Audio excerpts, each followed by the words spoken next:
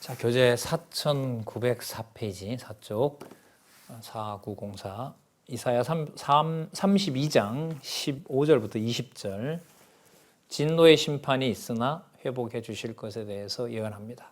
지금 상황은 진노, 때리심 상황이라 그랬죠. 자, 15절에 보시면 필경은 위에서부터 성신을 우리에게 부어주시리니 광야가 아름다운 밭이 되며 아름다운 밭을 삼림으로 여기게 되리라. 자, 여기에서는 좀 두 가지 얘기를 좀 해야 되겠는데요. 먼저 이 원로의 해석을 한번 보도록 하겠습니다. 4905페이지에 두 번째 단락에 번역을 바로 잡습니다. 두 번째 단락 일곱 번째 줄에 보시면 따라서 본문은 이렇게 됩니다. 따라서 본문은 심지어 위로부터 진노가 우리에게 쏟아지리니 기름진 밭이 목초지로 변했으므로 숲에서 기름진 밭을 생각하게 될 것이라고 번역이 된다. 지금 이 원로의 번역은 사전적, 그러니까 문법적 해석하고요. 의미가 조금 가미된 번역입니다. 그래서 제가 언어를 제가 잘은 모르지만 번역해 놓은 본들을 많이 찾아봤는데 원로가 번역해 놓은 이 저자의 번역에 가까운 번역은 사실 없습니다. 없는데 제 생각을 말씀을 드리겠습니다. 제가 봤을 때는 지금 이 구절을 지금 계속해서 회복과 관련해서 얘기를 지금 이어가고 있기 때문에 때리심에 맞춘 어떤 전제를 가지고 그 의미가 부여된 해석이라고 봅니다. 그러니까 큰 주제가 때리심으로 가고 있다라는 것을 이 본문을 통해서 소개하려고 했다는 거죠. 자, 그럼 두 번째는 만약에 이 의미가 아닌 본래 처음에 여기 많은 사본들이 번역해 놓은 대로요, 말 그대로 하나님께서 성신을 부어주고 이 원로의 번역은 진노, 분노가 부어지게 되고 광야가 아름다움이 되는 것이 아니라 아름답던 데가 광야가 되고 이렇게 이제 번역을 했거든요. 그러니까 황폐하게 된다라는 그런 의미로 번역을 하신 거예요. 왜냐하면 지금 이 큰 흐름이 때리심이기 때문에, 진노 상황이기 때문에. 자, 거기에 이제 저는 그 부분은 이제 더 검토를 해서 확증을 해야 될 거고요. 그 다음에 기존에 나와 있던 번역을 또 쓰게 되면 우리 흐름이 깨어지느냐? 그렇지 않습니다. 왜냐하면 오늘 시작했을 때부터 여러분에게 밝혀드렸지만은 지금 24장과 39장은 뭐와 뭐가 거의 그 간극 없이 나타납니까? 때리심과 싸매심이 간극이 없어요. 그러나 지금 상황은 아수르가 지금 쳐들어온 상황이고 또 열방들이 아수르에게 모여들어서 또 큰 전쟁을 해야 되고 그 전쟁하는 한가운데에 유다와 예루살렘이 있고 이미 사마리아는 망했고요.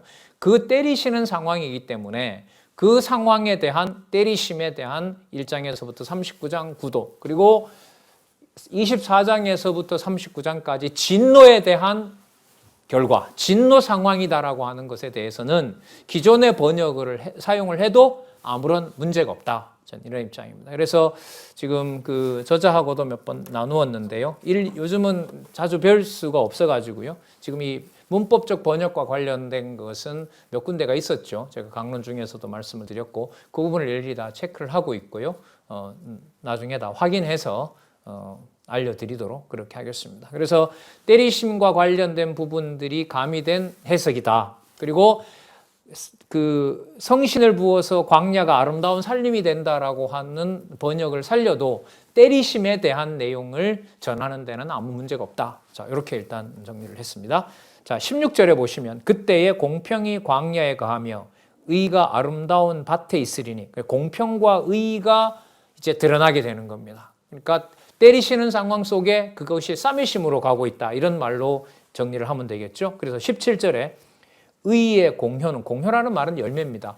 그러니까 하나님의 의가 열매 맺는 것이 바로 뭐냐 하면 결과가 화평이에요. 이게 여러분 화평이 바로 예루살렘에서 말하는 샬롬입니다. 화평이 이루어지게 된다는 거죠.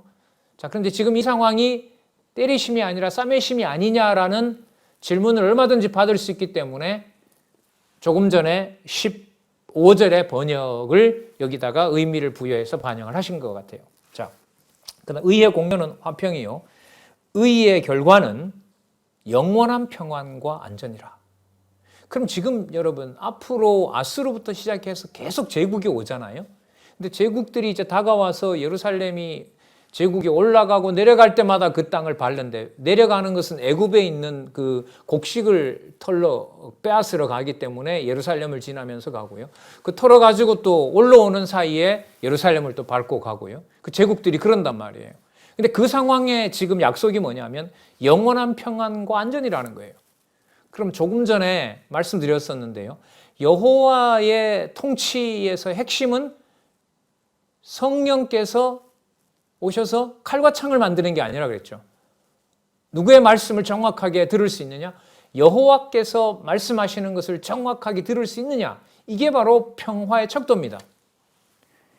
화평, 샬롬, 예루살렘. 예루살렘이 예루살렘 되는 기준은 여호와의 말씀을 분명히 들을 수 있느냐 없느냐. 그게 기준으로 바뀌고 있는 거예요. 24장에서부터 39장은. 그래서 나중에 올 그 고레스라는 인물도 전쟁을 잘하는 왕이라고 얘기를 하지 않습니다. 여호와의 말씀을 잘 실천하는 왕이다 이렇게 얘기를 합니다. 물론 장차 오실 메시아가 그렇게 하시죠. 예수님께서 그런 말씀도 하시죠. 그 빌라도가 내가 널 놓아줄 고난도 있고 너를 죽일 고난도 내가 가지고 있다. 예수님이 반박을 합니다. 그 고난은 나한테 있다. 내가 12영도 더 되는 진영을, 군단을 불러서 내가 나를 핍박하는 자를 내가 다 쓸어버릴 수 있다. 너 고난보다 내 고난이 더 크다. 내가 왕이다. 아버지 뜻을 나는 이루고 있을 뿐이다. 그런 변론을 하시잖아요. 그러면 중요한 것이 바로 여기 영원한 평안과 안전이라고 하는 것은 진리의 말씀과 관련된 겁니다. 그러니까 다윗처럼 정복 전쟁하는 왕이 아닙니다. 이제는 18절 내 백성이 화평한 집과 안전한 거처와 종용이 쉬는 곳에 있으려니와. 자, 19절 보세요. 먼저 그 삼림은 우박에 상하고 성읍은 파괴되리라. 아마 이 원로의 번역은 19절까지 본 것 같아요. 19절에 보면 그 살림은 우박에 상하고 성읍은 파괴되리라 했으니까 15절에 성신을 부어준다는 말을 하나님의 진노가 임한다고 받고 광야가 아름다운 밭이 된다는 것을 바꿔서 아름다운 곳이 바로 광야가 된다. 자, 이렇게끔 번역을 19절까지 전체를 보고 하신 것 같습니다. 20절 하지만 결국 모든 물가에 씨를 뿌리고 소나 나귀를 그리로 모으는 너는 뭐가 있다? 복이 있다. 망하는 상황인데 지금 뭐라고 얘기를 하고 있습니까? 복이라고 얘기를 하잖아요. 아까 이런 구절을 또 나왔었죠. 자, 그래서 아수르가 망하는 것이 대적이 물러가서 기쁜 상황이 되는 것이 아니라 지금 여기 나와 있는 대로 화평과 영원한 평안과 안정과 화평한 집이 되고 안전한 거처가 되고 종용이 쉬는 곳이 된다라는 말은 하나님의 말씀을 같이 배우고 그 진리의 말씀에 귀를 기울이게 된다 이런 말인 거죠. 그걸 유대에 있는 왕을 다윗이나 솔로몬처럼 그렇게 세워지 하지 않고 내가 준비하고 있는 메시아는 너희들이 상상할 수 없는 방법이다. 그 준비하는 왕의 예가 바로 내가 200년 후에 보낼 바로 고레스다 이렇게 나오는 겁니다. 그리고 그걸 내가 준비했다는 것을 우리는 이미 7장과 9장과 11장에서 굉장한 호칭으로 메시아가 준비되고 있다고 얘기를 예언의 말씀으로 확인한 바 있습니다. 그러니까 7장, 9장, 11장 내용하고요. 지금 24장에서부터 진행되어서 히스기야까지 나오는 내용하고요. 그 다음에 히스기야 이후에 40장, 43장부터죠. 43장부터 등장하는 고레스와 이게 하나로 합쳐지면서 장차 올 메시아는 유대도 포함하지만 유대를 넘어서는 바로 그런 여호와의 이름으로 올 메시아다. 이렇게 정리를 하시고 말라기까지 보셔야 됩니다. 이 서론이 이렇게 66장에 많은 분량에 걸쳐서 지금 나타나고 있는 겁니다. 자, 아수르 멸한다는 말씀 나오죠? 33장 1절에서부터 6절. 아수르를 멸하고 유다 왕국을 회복해서 자, 목적은 여호와 경외에 있다는 거죠. 자, 볼까요? 아수르에 대한 그 멸망을 예언하시고요. 2절에 보면 2절에 여호와여 우리에게는, 이건 유다입니다. 은혜를 베푸소서. 우리가 주를 앙망하오니 주는 아침마다 우리의 팔이 되시며 환난 때에 우리 구원이 되소서. 진동시키는 소리로 인하여 민족들이 도망하며 주께서 일어나심으로 인하여 열방이 흩어졌나이다. 황충의 모임같이 사람이 너희 노량물을 모을 것이요. 여기 보세요. 너희는 유다를 말합니다. 유다의 노량물을 모을 것이고요. 유다를 위해서 일한다는 겁니다. 메뚜기에 뛰어오름같이 그들이 그 위로 뛰어오르리라. 그러니까 유다가 당하는 것이 아니라 유다가 노량물을 얻게 된다는 겁니다. 5절 여호와께서는 지존하시니, 자 목적이 여호와로 갑니다. 이는 높은 데 거하심이요. 그 다음 보세요. 공평과 의로 시온에 충만케 하심이라. 상황은 뭔데요? 앞으로 계속 제국에 발표해야 되는 상황인데, 근데 누가 끊임없이 보내져요? 그 선지자들이. 그리고 그 말씀은 그리스도가 오실 때까지 절대로 변함이 없다. 그 진리를 내가 전할 준비를 하고 있다. 구체적으로 다니엘서에서 예언하고 있고요. 한때, 두때, 반때까지 이미 400년 후에 일어날 것까지 다 설명을 하고 있죠. 예언해주고 있지 않습니까? 6절 너는 너희 시대에 평안함이 있으며 구원과, 잘 보시기 바랍니다, 지혜와 지식이 풍성할 것이니 여호와를 경외함이 너의 보배니라. 다윗이 나와서 다 처리해버릴 것이다. 그렇게 얘기를 안 하죠. 공평과 의가 시온에 충만하는데, 그리고 그 평안함은 구원과 지혜와 지식이 풍부해서 여호와를 경외하는 것으로 마감된다. 그렇게 이루어진다. 그래서 황폐하게 되지만, 그 진노 상황이지만 여호와의 심판을 아무도 피할 수가 없다. 그럼 그 여호와의 심판은 무슨 징조인가? 구원과 지혜와 지식이 풍성할 것에 대한 그 증거가 된다. 메시아가 오셔서 보여주시는 그 삶을 보면 배척을 당하고 또 뭐 배신을 당하고 그러잖아요.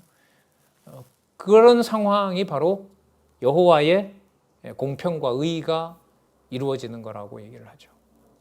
그 누가복음에 보면 그런 내용이 나오죠. 한 예를 또 들어드릴게요. 그 예수님의 그 제자들이 아닌데 그 갈릴리 사마리아에 갔죠. 사마리아에 갔는데 사마리아 사람들이 예수님이 유대인인 줄 알고 배척을 해요. 그러니까 제자들이 하늘의 불을 명하여, 그때 제자들은 그 능력을 이미 행하고 있을 때입니다. 70인 뽑아서 보냈을 때 하늘에서 마귀 사단이 떨어지는 걸 본다고 했잖아요. 그러니까 제자들의 능력을 제자들이 이미 경험한 거예요. 그러니까 믿지 않는 사마리아에 대해서 불을 명하여 저들을 다 처벌해 버릴까, 이러니까 예수님께서 화를 내십니다. 예수님이 노하세요. 그렇게 하지 말라고. 그 너네들 기분대로 그렇게 하늘의 권세를 쓰는 게 아니라고 책망하시는 거죠. 그게 누가복음에 보면 나옵니다. 자, 그러면 목적이 바로 여호와를 경외함에 있다는 사실, 여호와의 진리의 말씀을 전하는 일에 하나님 나라와 직결된 성취가 이루어지고 있다는 것을 지금 여기서도 우리가 확인할 수가 있습니다. 그래서 황폐하지만은 염려하지 말라고 합니다. 자, 33장 7절에서부터 16절 유다 땅이 황폐해도 평안히 살 자가 있을 것을 예언합니다. 7절에 그들의 용사, 유다의 용사들이죠. 밖에 부르짖고 평화의 사신들이 슬피 곡을 하지만, 그래서 8절에 보면 황폐하고 오고 가는 사람도 없고 약속을 했던 나라들은 어기고, 그 다음에 성읍들은 멸시당하고 땅은 슬퍼하고 레바논까지 부끄러워지게 되고 샤론은 사막이 되고 비산과 갈멜은 목엽이 떨어지고 진짜 추풍 낙엽이듯이 땅이 황폐된다는 겁니다. 자, 10절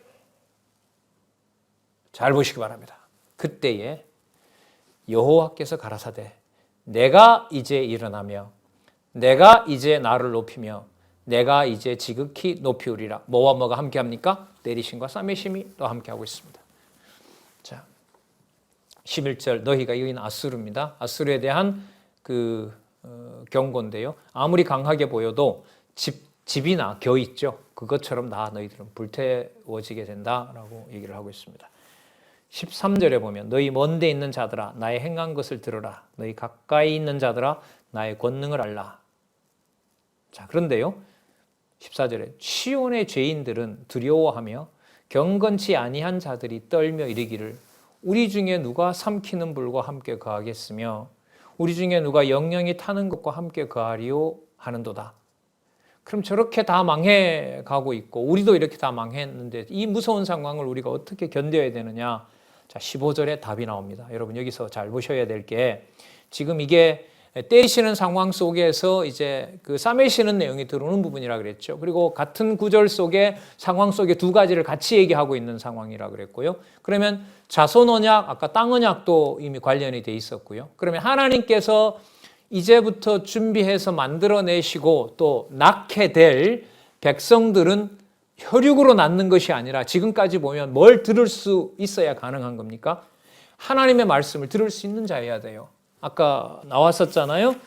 구원과 지혜와 지식이 풍성해야 가능한 겁니다. 그런 기준으로 15절을 보시기 바랍니다. 오직 의롭게 행하는 자, 정직히 말하는 자, 토색한 재물을 가증히 여기는 자, 손을 흔들어 뇌물을 받지 아니하는 자, 귀를 막아 피 흘리려는 꾀를 듣지 않는 자, 눈을 감아 악을 보지 아니하는 자, 자, 그는 높은 곳에 거하리니. 자, 이런 자들이 여러분 예를 들면 칼을 많이 가진 자, 창을 많이 가진 자, 방패를 많이 가진 자, 전차를 많이 가진 자, 마병을 많이 가진 자, 기준이 다른 거예요. 나라의 풍성함의 요건이 달라지는 겁니다. 어떤 나라에서는 실체적으로 이루실 하나님의 나라에서는. 그래서 여러분 교회 문화라는 것이 진리의 말씀으로 화평을 주관하게 한다는 것은 진짜 어마어마한 얘기입니다.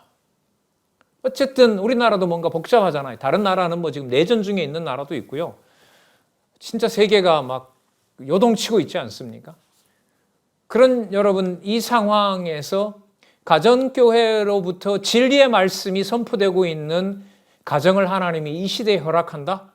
여러분 이게 미국의 상식이겠습니까? 유럽의 일반적인 일이겠습니까? 몇몇 지도자들에게만 가능한 것이 아니라 많은 가정교회 우리 선배 지도자들에게 안내자들에게 지금 우리에게 허락되고 있는 거 아닙니까?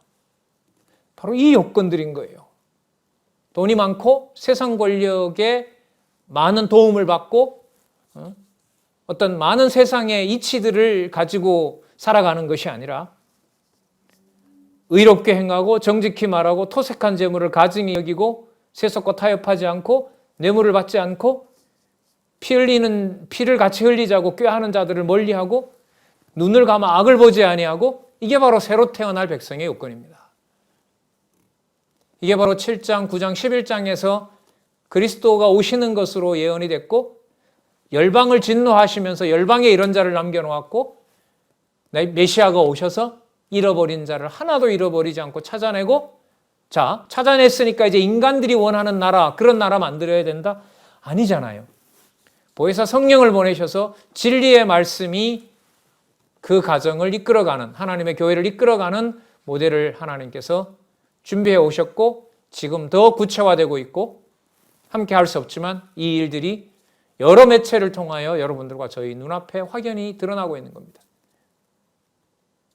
진리를 경계하던 남편이 꼬박꼬박 챙겨서 듣고 주일날 아침을 기다리는 직강을 기다리는 영상에서 일이 벌어지고요. 못 들었을 때 날짜를 정해서 언제 가족들이 모여서 듣자고 하는 가정이 생기고요. 누군지도 몰라요. 소문만 들려요.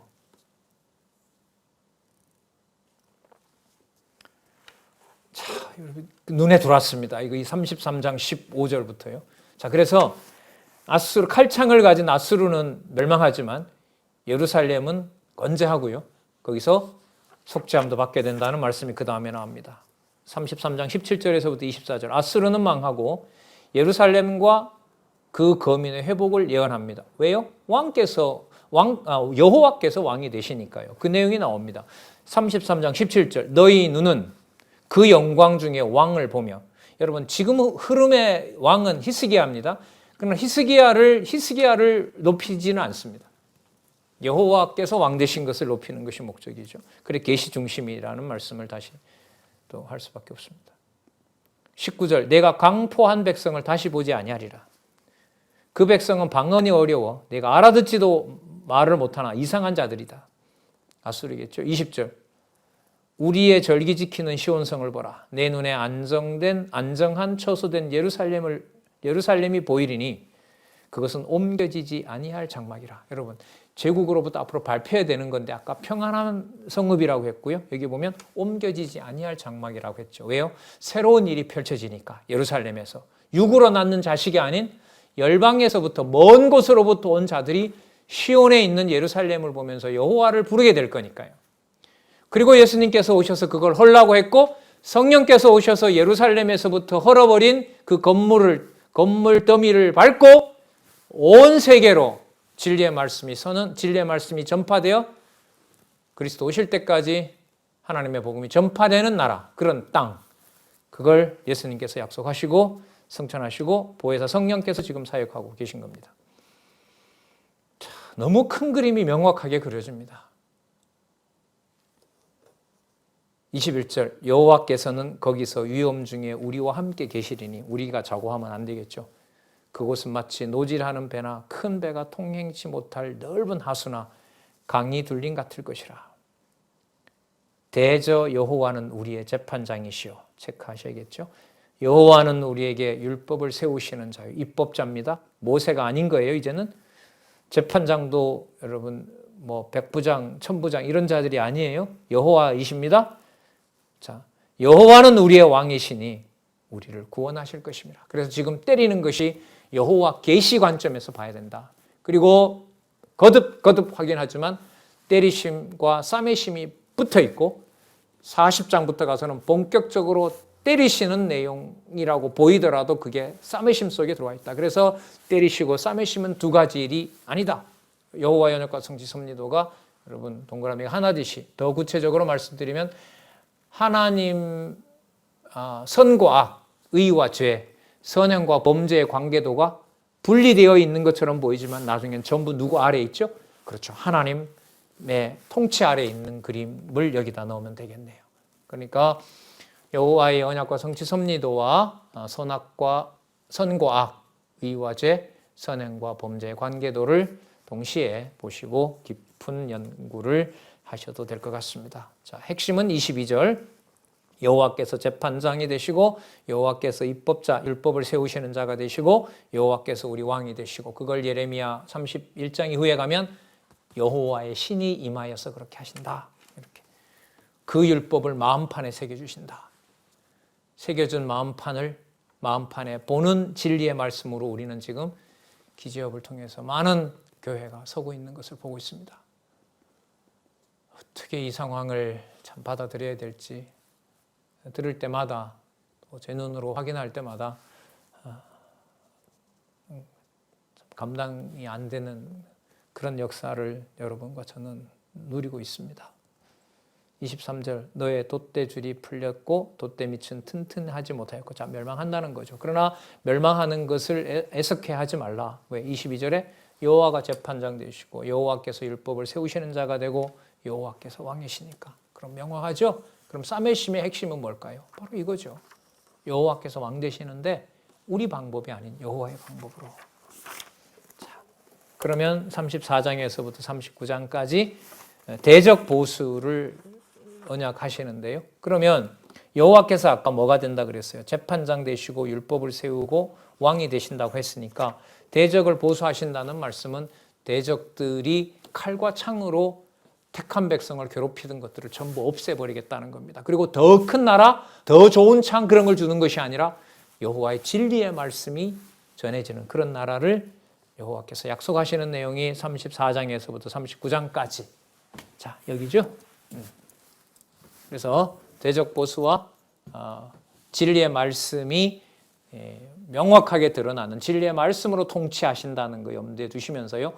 보수와 구원 언약. 그렇죠? 보수와 구원 언약은 진리의 말씀으로 된다. 그래서 자, 여기서부터 이제 히스기야 사건이 나와요. 당대 사건에서 입증을 해 주세요. 아수르가 몰려와서 아수르가 이스라엘을 침략하지만 아수르를 보수하시고 히스기야가 긍휼을 입는 내용까지. 자, 그리고 히스기야에게 나중에 바벨론에 잡혀간다는 약속까지 하지만 그 모든 내용들은 이미 뭐가 들어와 있다? 싸매심이 들어와 있다. 이렇게 정리하시면 돼요. 그러니까 열왕기와 역대기에 나타난 히스기야 사건하고요, 의미와 이사야서에서 나오는 그 때리심의 마지막에 등장하는 히스기야 사건의 의미는 많이 다릅니다. 그 전하려고 하는 바가 다릅니다. 34장 1절에서부터 34장 35장은 보수와 구원 언약입니다. 이때 보수는 누굴 지목하냐면 에돔을 지목합니다. 아주 고약하죠. 고약한 민족이고 어려울 때마다 이스라엘 백성들을 잡아다가 블레셋에 팔아먹었던 아주 사악한 자들이죠. 그리고 자기네들은 좋은 환경에 있고 뭐 든든한 요새가 방패가 되어주고 있고 한 그런 나라였거든요. 그 나라도 망하게 된다. 사실 이것은 이 언약으로부터 한 200년 후에 바벨론이 들어오면서 이게 다 회파되고요. 나중에 예수님 당시에 있었던 그 헤롯 가문 있죠. 그 자들이 예루살렘 멸망과 함께 지구상에서 거의 사라집니다. 지금은 말몰이하는 몇몇 후손들이 남아있다고도 그렇게 얘기를 합니다. 34장 1절에서부터 4절요. 열국에 대한 여호와의 심판과 그 결과에 대해 예언합니다. 자, 좀 더 추가해 볼까요? 앞에 나왔던 내용을 가지고 열국에 대한 왕이신 여호와의 심판과 이렇게 됩니다. 자, 여기서 또 하나 열국의 하나님 이름이 드러난다는 겁니다. 그들도 거기에서 듣게 될 자가 있다는 겁니다. 34장 1절 열국이여 너희는 나와 들을지어다. 민족들이여. 자, 먼저 여러분 제가 낱말을 소개할 테니까 한번 따라와 보시기 바랍니다. 34장 열국, 34장 1절 중간에 민족들, 또 그 밑에 보면 세계와 세계에 나는 모든 것들, 2절에 만국, 그 다음에 2절에 만군, 4절에 하늘의 만상, 또 4절에 하늘들, 열국, 민족들, 세계에 나는 모든 것들, 뭐 짐승을 포함해서요. 그 다음 만국, 그리고 만군, 세계에 있는 모든 군대들, 하늘의 만상, 하늘에까지, 하늘의 수많은 별들, 그리고 하늘들. 여러분 뭘 얘기를 합니까? 땅과 하늘에 있는 모든 것, 그 모든 것의 통치자가 여호와 자신이라는 사실을 이방에까지 이제는 드러내겠다는 거고요. 그러니까 우리가 모형에서 실체로 바뀐다 이렇게 말들을 편하게 하는데요. 어마어마한 변동이 있는 거죠. 진짜요? 에덴 동산이 파괴되는 것보다 또 에덴 동산이 나중에 또 회복이 되지만은요. 모형을 끝내시고 메시아 오실 준비를 거대한 일로 지금 여호와께서 왕이신 여호와께서 보여주고 계신다는 것을 말씀을 드립니다. 2절 대저 여호와께서 만국을 향하여 진노하시며 그들의 만군을 향하여 분내사 그들을 진멸하시며 사륙케 하셨으리라. 앞으로 진행되는 전쟁이 여호와의 전쟁이기 때문에 약속대로 이루시는 여호와께서 약속을 폐기하는 것이 아니라 더 분명하고 더 확실하게 성취해 가신다. 이걸 꼭 기억하셔야 돼요. 그러니까 선지서에 나타났을 때 그 때리는 장면에서 싸매심을 항상 염두에 두시고 보셔야 된다. 자, 그래서 여호와의 칼이라고 얘기를 합니다. 자, 한번 볼까요? 34장 5절. 여호와의 칼이 하늘에서 족하게 마셨은즉. 표현이 참 좀 무섭죠. 그러니까 제국들의 칼이 아니에요. 여호와의 칼이라고 합니다. 여호와의 사역을 강조합니다. 그럼 다 끝을 내려는 것이냐? 아닙니다.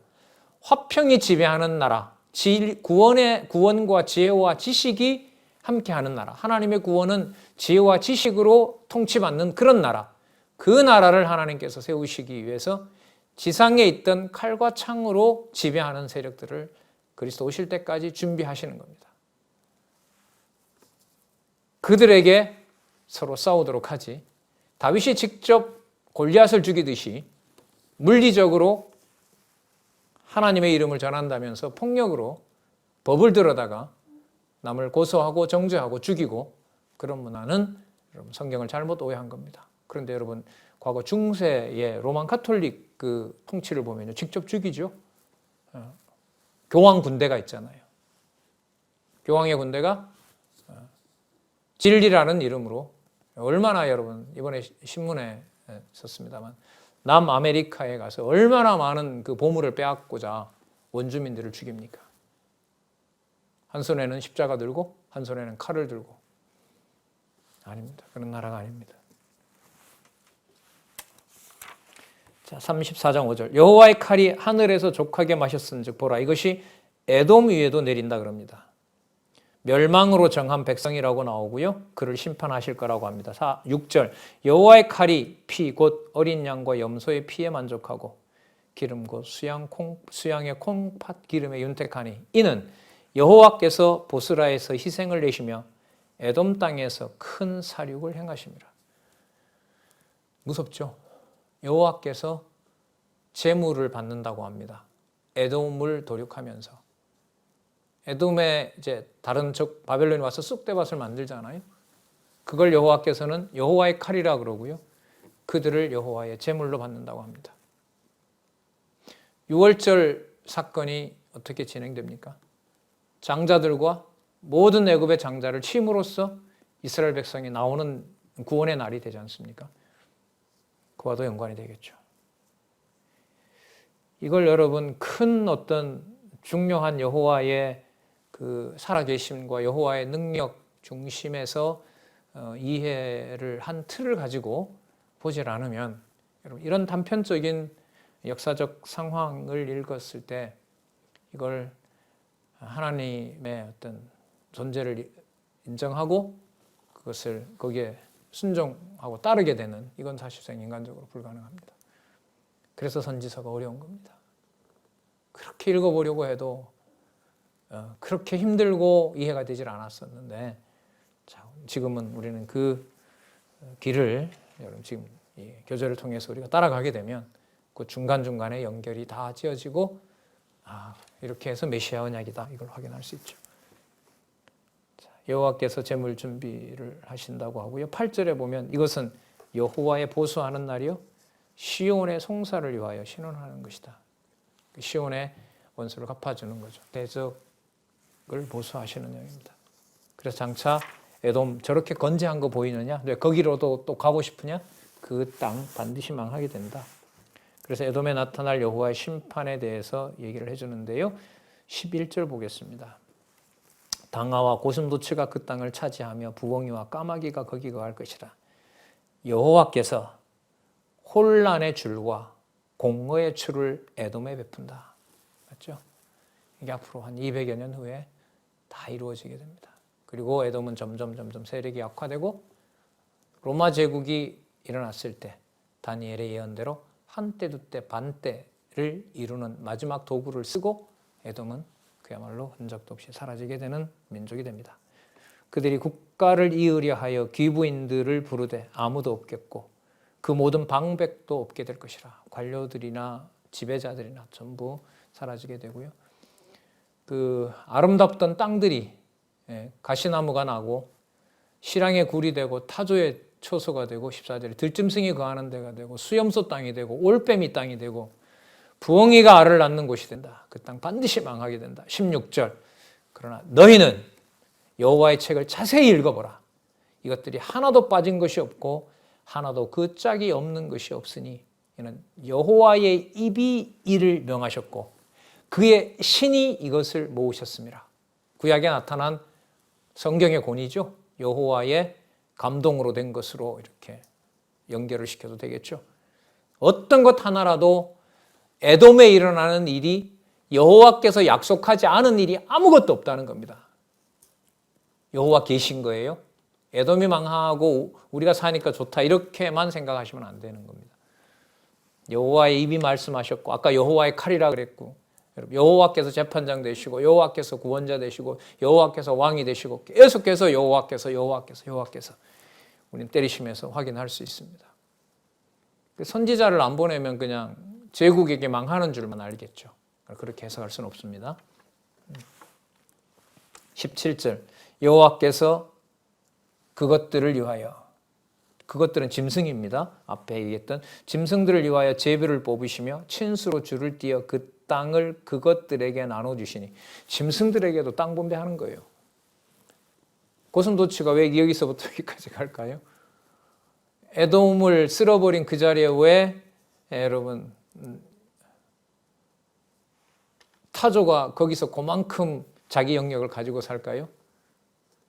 여호와께서 그것들을 위하여 제비를 뽑아 친히 줄을 띄어 그 땅을 그들에게 나눠줬기 때문에 그럽니다.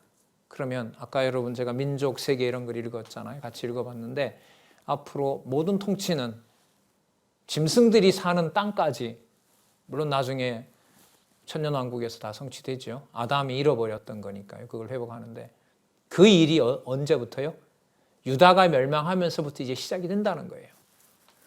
그걸 그리스도가 오셔서 완성하신다는 겁니다. 초림으로, 나중에 재림으로, 최후 심판으로 이렇게 연결이 되고요. 지금은 숨어있던 이방인들, 또 이방에 숨어있던 여러 재물을 포함한 여러 보화들, 여러 그 물건들이 이제 거룩한 물건이 되잖아요.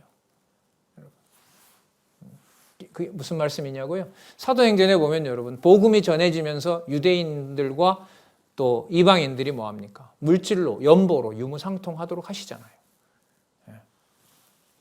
그런 일들을 통하여 아름다운 일이 되게 하는가 하면 요한계시록에 보면 성도들의 피까지 거래의 대상으로 삼는 또 악한 짐승들을 하나님이 보내셔서 심판하는 날까지 섭리하신다는 거죠.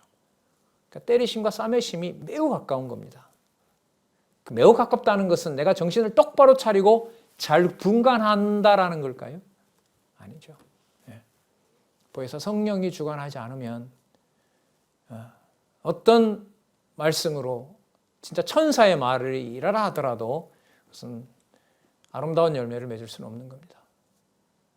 긴박함이 여기에 있는 거고요. 좀 안타까움도 여기에 있는 거고 간절함도 여기에 바로 있는 겁니다. 그래서 말씀을 들으니 좋다라는 것이 우리가 그냥 우리 기분 좋아서 하는 말씀은 아니라고 생각을 합니다. 여호와께서 친수로 그렇게 하신다라고 얘기를 합니다. 그래서 결과는 뭐냐 하면 에돔국 나중에 보면 알겠지만 전부 짐승들에게 분배를 해줬다. 그러니까 사람에게 빼앗은 궁고를 짐승에게 분배하는 일이 벌어지는 겁니다.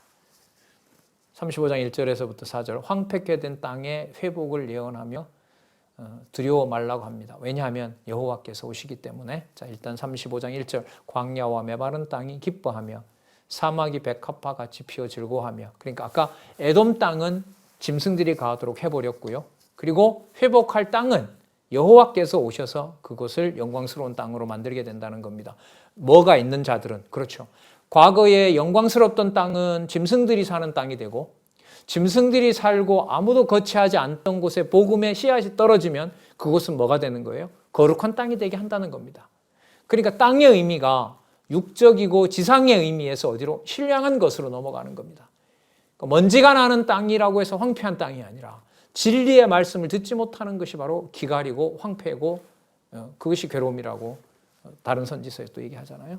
2절 무성하게 피어 기쁜 노래로 즐거워하며 레바논의 영광과 갈멜과 샤론의 아름다움을 얻을 것이라. 그것들이 여호와의 영광 곧 우리 하나님의 우리 하나님의 아름다움을 보리라. 여호와를 아느냐 모르느냐 이것이 바로 자손의 요건이고 땅의 조건이고 통치의 중요한 그 증거가 된다는 겁니다.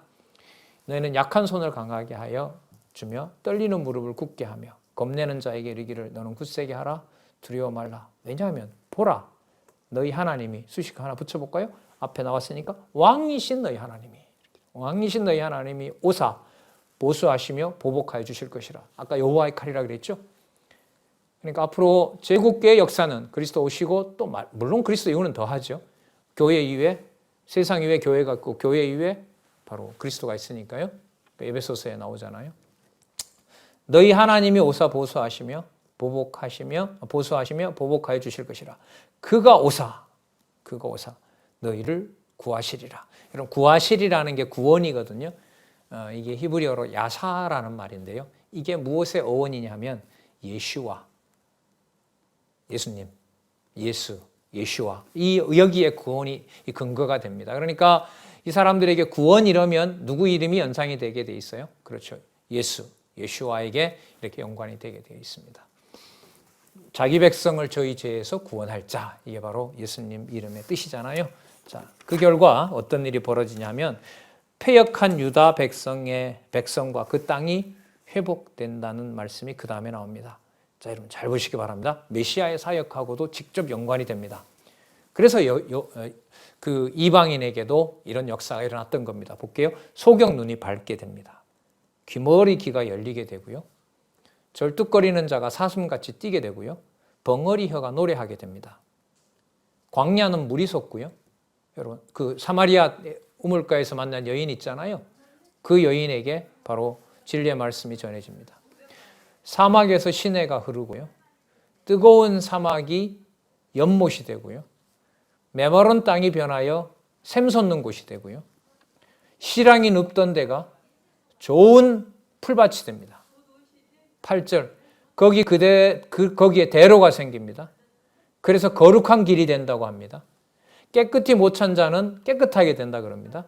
그러면서 그렇다고 모두 되는 것이 아니라 8절 중간에 보면 오직 구속함을 입은 자들을 위하여 있게 된다. 다닐 자들만 정해놓은 자만 다니는 것이지 모든 자가 그렇게 된다는 것은 아닙니다. 우매한 행인도 없어질 거고요. 사자가 있거나 사나운 짐승이도 그곳에서 사라진다 그럽니다. 그러나 9절 중간에 보세요. 오직 구속함을 얻은 자만 그리로 행합니다. 10절 또 유의하시기 바랍니다. 여호와의 속량함을 얻는 자들만 가능합니다. 그들만 시온에 오게 되고요. 시온에 오게 되면 그들이 누릴 복은 뭐냐면 영원한 희락과 기쁨과 즐거움이 된다고 합니다. 자, 여러분 지금 35장 5절에서부터 10절 내용은 앞으로 여호와께서 준비하고 계신, 그러니까 이렇게 되겠죠. 지금 이 현장은 아수르 제국에 의해서 짓밟힐 겁니다. 상당한 부분이 짓밟힙니다. 그런데 그것이 무엇의 증거가 되냐 하면 왕이신 여호와께서 회복할, 저기에 무슨 여호와를 아는 성전이 지식이 가능하단 말이냐 한 그곳에 여호와의 지식이 서게 된다는 것이고, 여호와의 지식이 전파된다는 것이고요. 저렇게 부러웠던 에돔 땅은 짐승이 거하는 곳이 된다는 겁니다. 그러면 때리는 그 현장에 상상할 수도 없는 여호와의 풍요로운 지식이 거한다는 내용을 지금 여기서 우리는 확인할 수 있습니다. 전부 다는 아닙니다. 여호와로부터 구속함을 받은 자, 10절에 여호와의 속량을 얻은 자, 그리고 시온에 오기에 합당한 자들, 바로 그런 자들에게 기쁨과 즐거움이 된다고 얘기를 합니다. 그래서 대규모로 싸매심을 위한 준비를 아수르를 통해서 보여주십니다. 그러니까 여러분 열왕기와 역대기에는 아수르를 이런 맥락에서 설명하는 게 아닙니다. 이탈 왕조 멸망에는 이탈한 왕조를 멸망시키는 것으로, 역대기에는 그 유다 왕조를 존속시킨다는 의미에서 아수르와 히스기야 사건을 쓰고 있습니다. 그러나 지금 이사야서에 나타난, 조금 이제 후에 나오는데요. 히스기야 사건은 그보다 훨씬 범위가 넓습니다. 히스기야가 왜 거기 등장했느냐? 장차 올 나라, 여호와가 왕되는 나라는 이제까지 절대로 볼 수 없었던 어마어마한 나라, 모든 하늘의 별들과 하늘에 있는 권세들과 무덤에 있는 권세들까지 깜짝 놀랄 그럴 나라를 메시아의 이름으로 준비하고 있다는 사실을 이사야서 때리심의 후반부에서 이렇게 말씀하고 있는 겁니다. 그래서 차원이 다른 얘기를 하고 있다는 것을 이 시간에 강조를 드리고요. 그것은 본문과 전체를 오고 가는 확인을 통해서 여러분들과 제 영혼은 땅에 속하지만 보혜사 성령의 통치를 받으며 저 자신도 알 수 없는 하늘에 속한 영원한 생명의 공급을 받는 놀라운 일이 벌어진다는 것을 다시 한번 말씀을 드립니다. 자, 그래서 아수르에 대한 보수가 4927에 가면 나오는데요. 자, 이제 상세하게 설명을 하고 있습니다. 36장 1절에서부터 3절까지. 자, 이 아수르 왕이 이제 북이스라엘을 멸망시켰죠. 자, 여기서요. 북이스라엘을 멸망시켰다고 해서 그것이 아수르가 뭐 하는 것이 아니다? 번성하는 것이 아니다라는 겁니다. 그리고 아수르가 와서 예루살렘을 약속한 대로 때리지만 때리는 그것이 하나님의 몽둥이고 하나님이 준비된 나라를 준비하는 것이기 때문에 그 상황이 어떤 상황이 아니다? 이른바 나쁜 상황이 아니다라는 것, 때리심으로만 우리가 생각하는 그런 의미에서 때리심이 아니다는 거, 그걸 염두에 두시면서 히스기야 사건을 보도록 하겠습니다. 36장 1절에서부터 3절. 아스루 왕이 유다와 예루살렘을 침략한 사실을 알려줍니다. 1절. 히스기야 왕 14년에, 여기 보면 701년이라 그러죠. 701년 14년에 북쪽 이스라엘이 이미 망한 겁니다. 아스루 왕 사네립이 올라와서 유다 모든 견고한 성을 쳐서 취하니라. 맞아요. 견고한 성을 쳐서 취해야 됩니다. 왜요?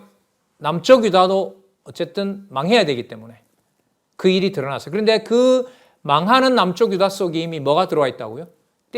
싸매는 내용이 들어와 있고요. 그 싸매는 방식이 큰 제국의 군대가 동원된 그런 나라가 아니라는 것도 이미 확인이 된 겁니다. 그러면 짓밟힌다는 것이 결국은 하나님의 말씀을 듣는 일로 여호와께서 왕 되셔서 인도해 가신다는 겁니다. 이게 세상과는 질적으로 전혀 다른 차원의 하나님 나라라는 사실을 또 한번 확인하고요. 계속 볼까요? 2절. 아스루 왕이 라기스에서 랍사게를 부릅니다. 랍사게 참 얍삽한 인간입니다. 통역자이기도 하고요. 군장이기도 하고 하나님과 유다 백성을 아주 희롱하는 그런 자고, 그 앞에서 비참하게 되는, 유대 백성이 그를 그 앞에서 비참하게 되는 바로 그 인물입니다. 물론 하나님께서 준비한 인물입니다. 2절 중간에 예루살렘으로 보내되 대군을 거느리고 히스기야 왕에게로 가게 하매 그가 세탁업자의 터예대로 윗못 수도구 곁에 서며 사람들이 거기서 모여 있었던가 봐요. 힐기야의 아들 국내 대신 엘리야김과 서기관 셈나와, 그 22장에 보면 이 셈나는 나중에 폐하해진다고 했던 인물이죠. 엘리야김을 세운다 이렇게 앞에 보면 약속이 나와 있고요. 아삽의 아들 사관 요아가 그에게 나가니라. 아스루 군장 랍사게가 히스기야 왕을 비방하며 조롱합니다. 랍사게가 얘기합니다. 4절에 랍사게가 그들에게 이르되 이제 히스기야에게 고하라. 대왕 아스루 왕이 이같이 말씀하시기를 네가 의뢰하니 무엇을 의뢰하느냐. 내가 말하노니 네가 좋게 싸울 모략과 용맹이 있노라 함은 입술에 붙은 말뿐이다. 누가 나를 막겠느냐 라고 대왕 아스루가 말했다. 6절. 너희들 애굽으로 도망간다 그러느냐? 애굽은 상한 갈대 지팡이다. 사람이 그것을 의지하면 손에 찔려 들어가리니 애굽 왕 바로는 그 의뢰하는 자에게 이와 같으리라. 맥없는 자다. 7절. 혹시 너희들, 유다민족 너희들, 일단은 여기 국내 대신 이 세 사람에게 하는 소리죠. 나중에 유다 백성들에게 또 말하고요. 이 랍사게가 혹시 내가 내게 이르기를 우리는 우리 하나님 여호와를 의뢰하노라 하리라마는 그는 그의 산당과 제단을 히스기야가 제하여 버리고 유다와 예루살렘에 명하기를 너희는 이 제단 앞에서 경배하려 하라던 그 여호와가 아니냐. 여호와를 희롱하는 거예요. 그러니까 아주 고약한 사람이 나를 보고 우리 아버지 욕을 한다고 해보세요. 희롱한다고 해보세요. 내가 수욕을 당하는 것보다가 얼마나 참기 힘들겠어요. 그도 그럴 것인데 여호와를 희롱하는 거예요. 랍사게가. 누가 섭리해 가시는 거죠? 왕 되신 여호와께서 실체적인 언약, 새로 준비할 자손 땅 통치 언약을 준비하기 위하여 메시아 오시기 전에 사용하시는 방법입니다. 자기의 이름이 대적에 의해서 듣는 여호와의 백성들이 감당할 수 없는 그 희롱거리가 되게 하시는 거죠. 메시아의 희롱 사건 아시죠? 거기에 대한 예표임이 분명하겠죠. 그 신이 아니냐 하셨느니라. 8절. 그러므로 이제 청하노니 내 주 아스루 왕과 내기하라. 항복하라 이 말이죠. 야, 내가 12,000피를 너희에게 줄 텐데 널 탈 사람이 있느냐? 내가 주겠다. 그만큼 너희들은 수많은 전쟁 물자를 갖다 준다 하더라도 아수를 이길 수가 없다. 눈에는 실제로 그렇게 보이는 거죠. 그리고 그걸 여호와 이름까지 합해서 희롱을 하고 있고요. 9절 그런즉 네가 어찌 내 주의 종 가운데 극히 작은 장관 한 사람인들 물리칠 수 있겠느냐. 애굽에 의지해서 병거와 기병을 얻으려 가느냐. 10절 내가 이제 올라와서 이 땅을 멸하는 것이 여호와의 뜻이 없음이겠느냐. 너네들 이렇게 치러보낸 일이 여호와다. 그러니까 여호와가 예루살렘 편이 아니라 우리 편이다. 근데 그 여호와를 그 여호와를 이겨먹는 신이 바로 누구냐? 우리 신이고 바로 그것을 대왕인 아수르 왕이 실천하고 있다. 분명히 앞에 멸망한다고 했는데 나타나는 상황은 여호와가 이렇게 여호와의 이름이 능력을 당하는 상황으로 섭리를 해가신다는 거죠. 이런 데서 의문이 참 많이 났어요. 왜 이런 방법까지 굳이 동원을 하면서 하나님의 계시 역사를 섭리하실까? 이런 부분에 대한 믿음은 내가 만들어낼 수 없죠. 이런 믿음을 주지 않으면 교회의 역사, 특히 순환사 같은 거 읽기가 참 힘듭니다. 불가능하고요, 해석하기가. 여호와의 뜻이 없음이겠느냐. 여호와께서 내게 이르시기를 올라가 이 땅을 쳐서 멸하셨느니라. 그 신이 이렇게 한 거다. 그 신도 너희들을 싫어한다. 그리고 그 여호와보다 높은 능력 많은 자가 바로 아수르 신이다. 왜? 너네들이 이렇게 망할 때 여호와가 너네들을 버렸다고 하지만 이 나라를 구원해 줄 어떤 신도 없기 때문에 그렇다. 그러니까 여호와라는 신을 마음껏 가지고 요리조리 희롱을 하는 거죠. 이 상황이 여러분 때리심의 막바지에 있는 상황이고 그것을 조금 전에 살펴봤나요? 예, 그것이 바로 싸매심을 위한 여호와의 일이 시작되는 일이라는 거죠. 우리 잠시 쉬셨다가요. 10분 후에 36장 1절에서부터 시작하도록 하겠습니다.